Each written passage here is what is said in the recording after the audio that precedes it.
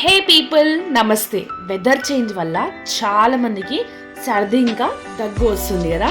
అయితే మీ అందరి కోసం వెజిటేబుల్ సూప్ ఇంట్లోనే ఎంత ఈజీగా చేసుకోవచ్చో నేను చూపిస్తాను.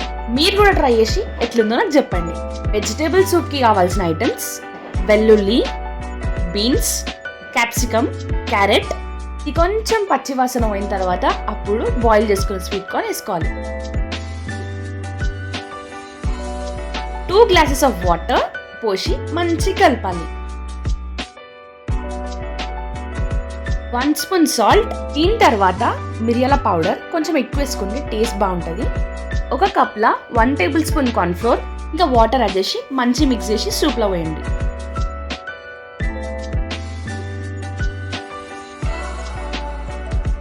అంటే సూప్ రెడీ.